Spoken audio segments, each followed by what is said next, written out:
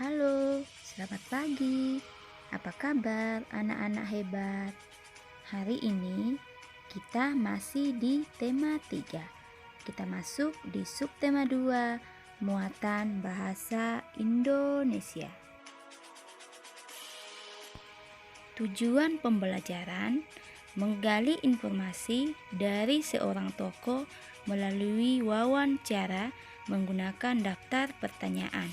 Yang kedua, melaporkan hasil wawancara menggunakan kosakata baku dan kalimat efektif dalam bentuk teks tulis. Tujuan wawancara adalah untuk menggali informasi yang tepat dari narasumber yang terpercaya. Untuk menggali informasi, kita memerlukan daftar pertanyaan.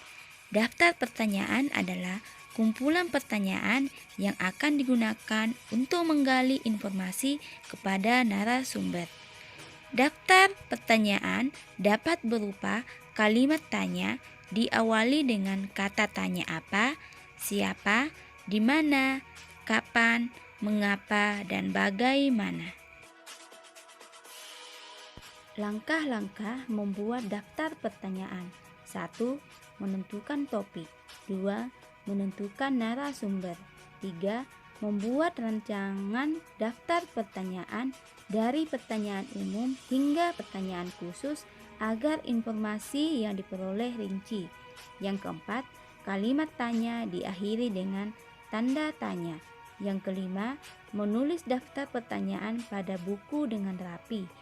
Yang keenam, berlatih wawancara. Kata tanya dan fungsinya. Yang pertama, apa?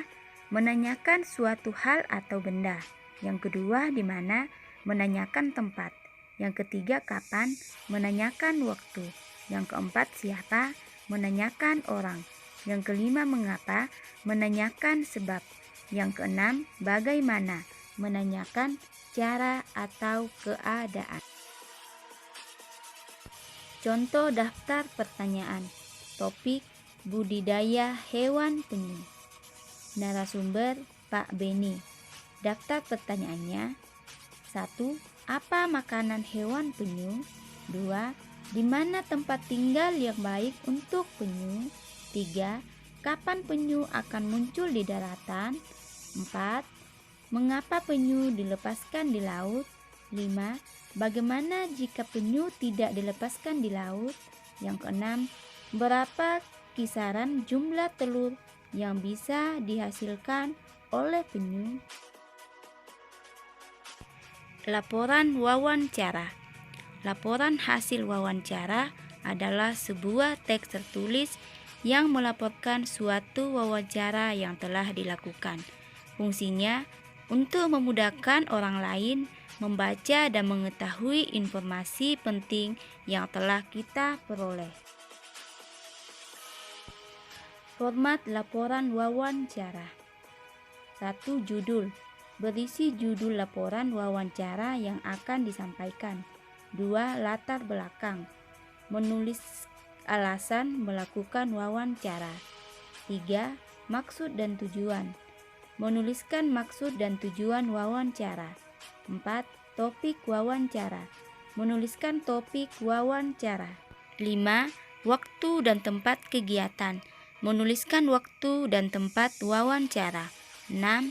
Laporan hasil wawancara. Menuliskan narasumber, pewawancara, dan hasil wawancara. Yang ketujuh, kesimpulan. Menuliskan kesimpulan.